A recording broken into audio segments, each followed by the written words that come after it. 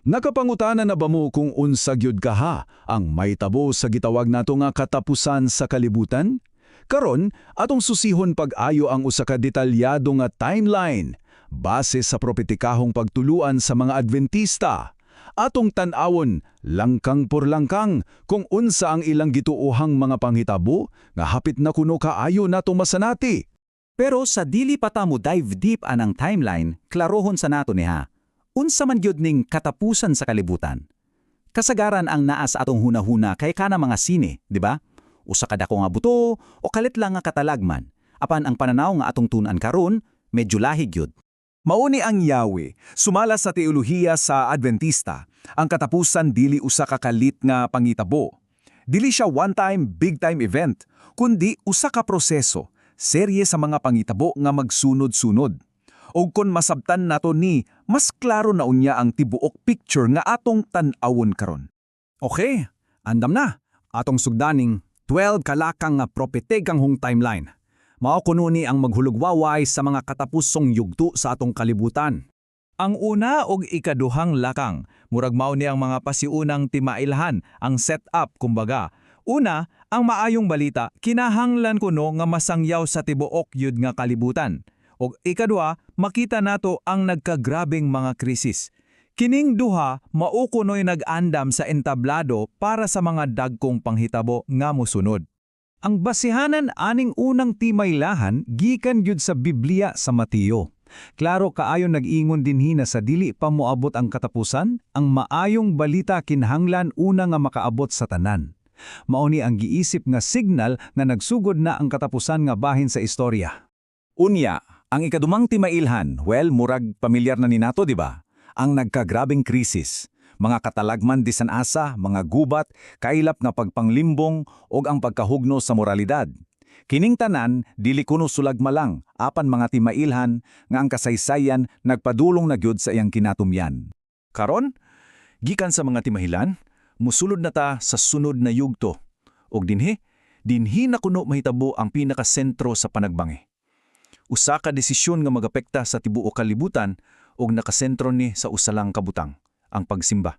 Ang ikatulong lakang, base sa interpretasyon sa Pinadayag 13, mao ang usa ka tibuok kalibutan nga krisis bahin sa pagsimba. Gituoan nga naay balaod nga ipatuman nga magpugo sa tanan sa usa ka piho nga paagi sa pagsimba, nga ilang gituohan nga konektado sa pagpili tali sa adlaw sa pagsimba nga gilatid sa Biblia o sa laing nga adlaw nga gipasiugdahan sa tao. Ug mao niyang magdala nato sa ika-upat nga lakang, ang dakong desisyon. Nining panahona, ang matag usa ka tawo kinahanglan mo pili. Duhara ang kapilian, mudawat ba sila sa selyo sa Dios nga timaan sa pagkamaunuongon niya o sa marka sa mananap nga nagsimbolo sa pag-uyon sa awtoridad sa tao nga supak sa Dios. Grabe no? Pagkahuman na ng dakong pagpili, moabot na ta sa punto nga wala na'y bawianay. Ang ikalimang lakang mao ang pagsira sa probasyon. Ang higayon diin ang kapalaran sa matag tao mahimong pinal na. O kini, pagasundan dayon sa ikaunom nga lakang, ang 7 kakatapusang mga hampak, ang direktang paghukom sa Dios sa kalibutan. Kining bersikulo ganina sa Pinadayag, bugat kaayo paminawon, di ba? Klaro kayo ang paggunlaway sa pagkapinal, ang anang pagsira sa probasyon. Ang ideya dinhi kay moabot ang panahon nga ang kahigayuan sa pagbago matapos na. Ang desisyon na imong gihimo mahimong permanente. O garon, ani anata sa event na gipaabot sa kadaghanan, ang climax sa tibuok timeline, ang kinapungkayan sa kasaysayan, ang literal og makita sa tanan nga ikaduhang pag-anhin ni Kristo. So unsay mahitabo sa iyang pagbalik? Daghan kaayo. Una, ang mga matarong nga namatay na, banhawon. Ikaduha, ang mga matarong nga buhi pa pagbabaguhon. Ug silang tanan, hiyusahon ug dad-on sa langit. Sa pikas bahay, katong nisalikway sa Dios, malaglag pinaagi sa kahayag sa iyang himaya. Pero teka, wala pa din ninahuman ang istorya. Human sa ikaduhang pag-ani na ay medyo misteryosong yugto nga magsugod. Atong sayron kung unsa ang mahitabo sunod sa usa ka libo ka tuig o ang gitawag nga milenyo. Kining talaan klaro kaayo nga nagpakita sa kahimtang sa tanan sulod sa milenyo o sa lakang 9. Ang mga matarong tuwa sa langit kauban ni Kristo, Ang mga daot, patay na, ania sa yuta. Si Satanas gigapos dinhi sa awaaw nga kalibutan, ug ang yuta mismo mahimong awaaw ug wala na ay nagpuyo. Okay, pagkahuman anang usa ka libo ka tuig, muabot na ang final act. Ang mga dautan pagabanhawon aron atubangan ang katapusang paghukom. Si Satanas mugiya pa nila sa usa ka pinan nga pagsukol.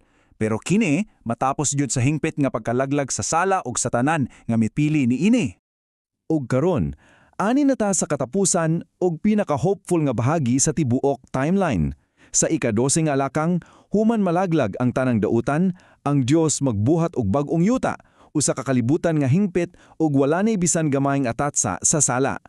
Kining gamhanang saad gikan sa pinadayag, mao gyud ni ang naghulagway sa bagong yuta.